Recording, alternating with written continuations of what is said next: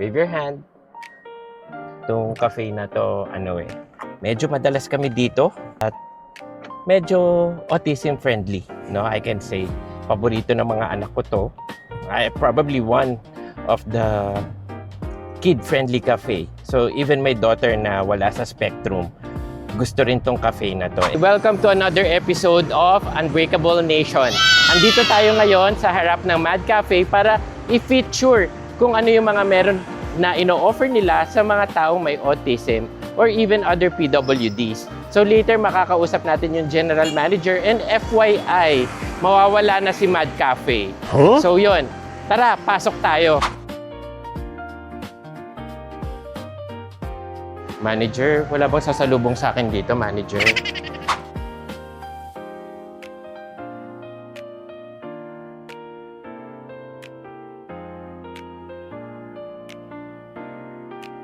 Hello.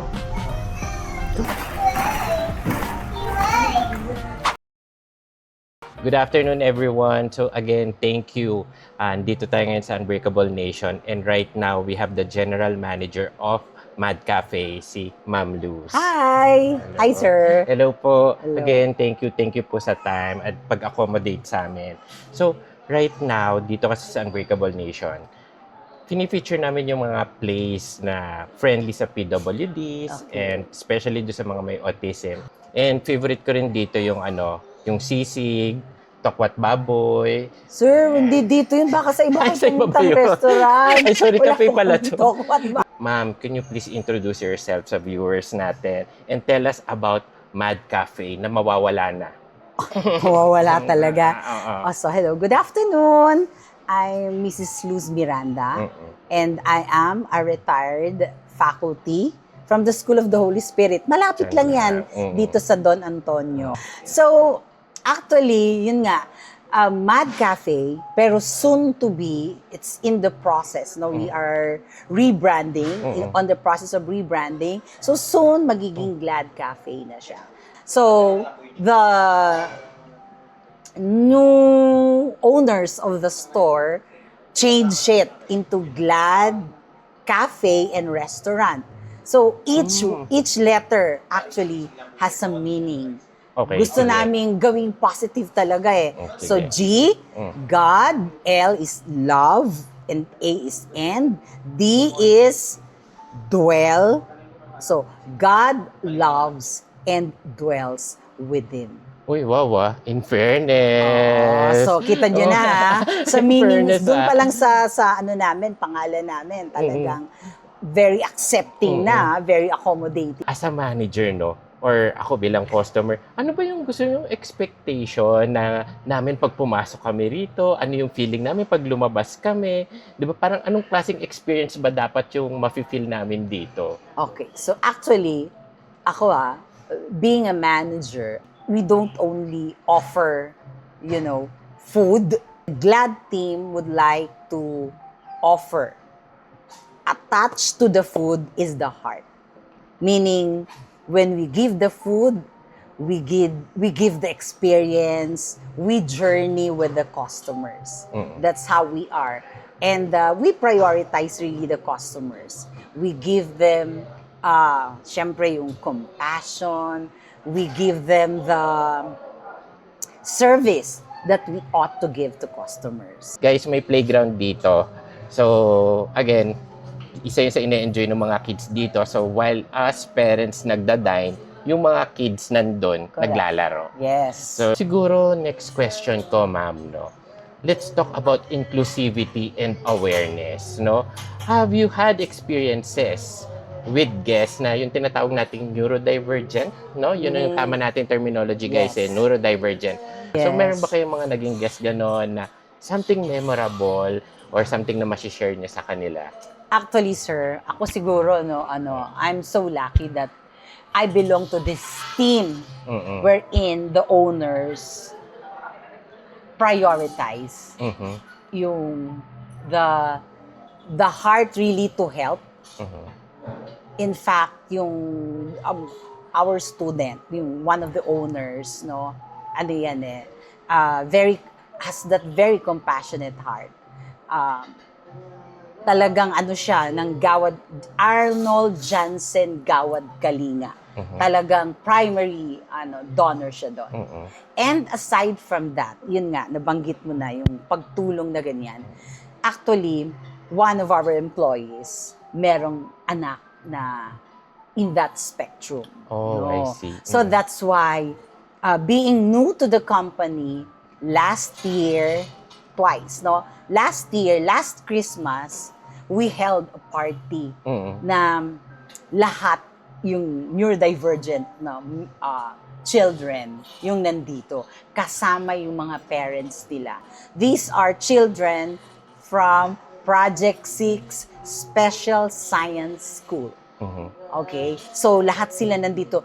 Nakaka-touch nga, sabi nung isang teacher, sabi niya, ma'am, actually, first time nung mga batang makalabas, na alam mo yun, as the whole of them, nandito, we have games, no?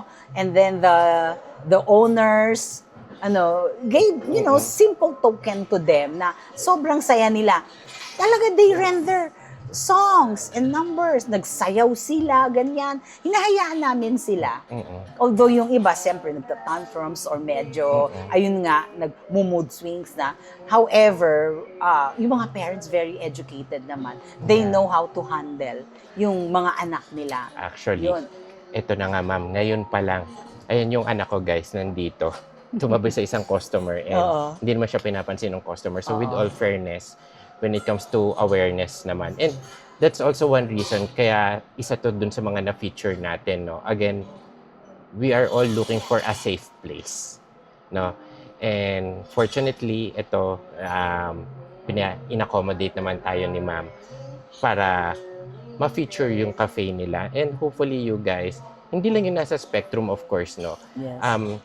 All you families out there, every time you dine in here, that we are supporting a business that takes care of people tulad namin, no, na experiencing this. So, ma'am, as a general manager for Glad Cafe. Yeah. May emphasis. Sa Glad Cafe.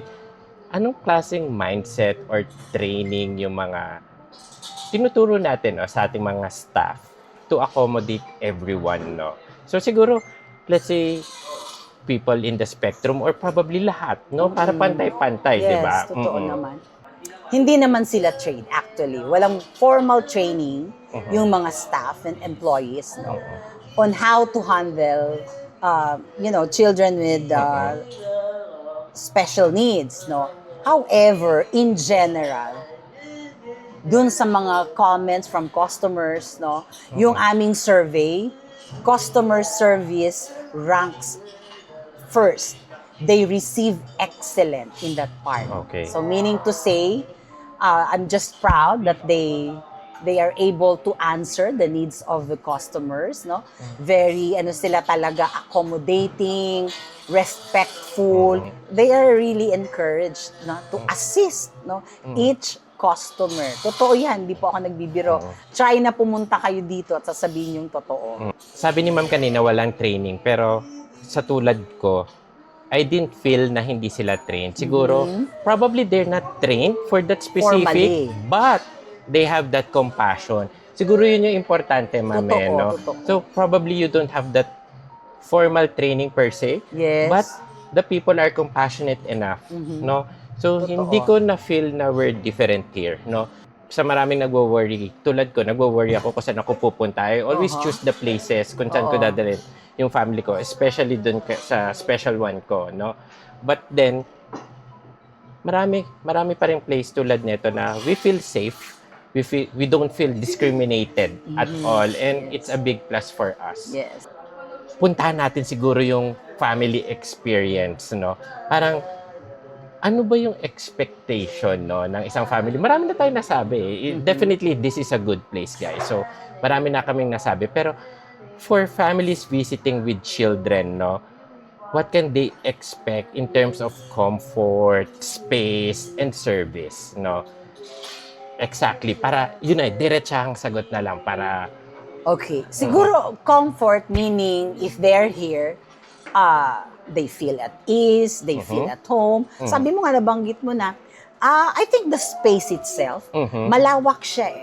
I mean, we have the space. And that's why maraming events dito, sir. Yes, Iniheld. Yung mga classmates ng anak ko dito rin. Yes, totoo. Ang daming events, no? You can hold your events here, birthdays, anniversaries, even a simple gathering kasi talaga naman we can accommodate 85 guests, mind you, dito sa Glad Cafe. Guys, nakaupo lang kami ng ganito. Pero sa totoo lang, ngayon lang ako nakaupo dito, mas komportable pala dito. Okay. Mas at home. Mas at home dito, mas okay. So, yun first, sir, we have the space. Of course, we have the food. Sasabihin ng customer, kahit sino, ma'am, ang sarap ng food. So, kung ang dala ay bata, sir, no, we have kids meal A, we have kids meal B. No? Usually, yung, di ba, kayo na nga nagsabi, ang presentation pa lang.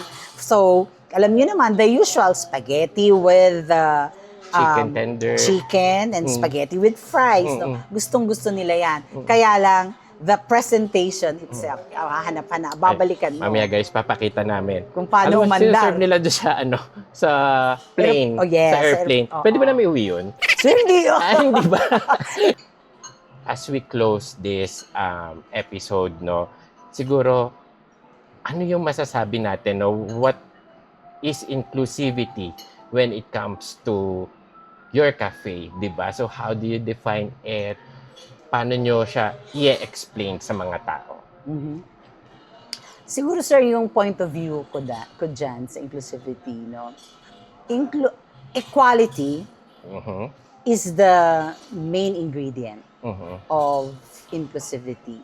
So here at Glad Cafe and Restaurant, no, we welcome everyone that our place should be one of your among the top list, no? Kung meron tayong mga anak na who belong to the different kinds of spectrum, no, sir? When you visit the place, hindi na kayo sa second thought na babalikan nyo kasi. Dito sa Holy Spirit. Yeah, dito lang yan sa Don Matias along Don Antonio Heights. Thank you also for featuring our place. Of course naman. Kasi nowadays, talagang bihira na yung restaurant na merong play area na while enjoying with your company. Your kids can enjoy also in the play area. That's one of our best features. Correct. So, see you. Come and visit the place. Thank you everyone again. Thank you for watching and hope you enjoyed this episode. And please like and subscribe. Makikita nyo pa ibang episodes namin that will support as we create our awesome community. Thank you. Thank you, sir. Right. Glad Cafe is a great family venue and definitely awesome approved. Pagpasok pa lang, mafe-feel mo na agad na kid-friendly ang place. Regular din nilang pinapalitan ang cafe decorations para laging exciting sa mga bata. Complete ang menu with kid-friendly options at non-coffee drinks para sa ating mga kids. Nag-request din ako na tanggalin ang parsley sa meal ni Gabe dahil ayaw niya itong makita sa pagkain niya. Agad naman itong inasikaso ng staff. Kahit naging vocal si Gabe at nag-steam, wala naman kaming naranasang diskriminasyon mula sa staff o ibang customers. Kaya para sa amin, PWD friendly at syempre, autism friendly ang Glad Cafe. Hope you enjoyed the video. Thank you for watching and God bless. Yung mga customers namin dito very understanding. Most especially the staff. They are always ready to assist you. So everybody is welcome. Chicken. Bye. Chicken.